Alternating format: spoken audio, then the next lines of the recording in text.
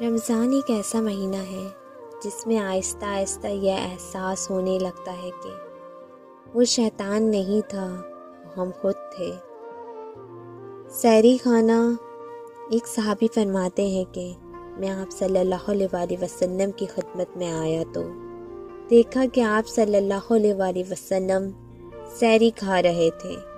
مجھے دیکھ کر آپ صلی اللہ علیہ وآلہ وسلم نے فرمایا، یہ برکت کی چیز ہے، اللہ نے اس سے تم کو نوازا، اس لیے اس کو تم کبھی نہ چھوڑنا۔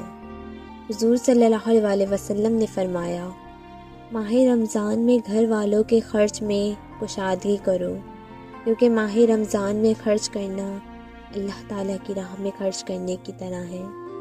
اے میرے رب، مجھے بخش دے، مجھ پر رحم فرما، تو سب سے بہتر رحم فرمانے والا ہے۔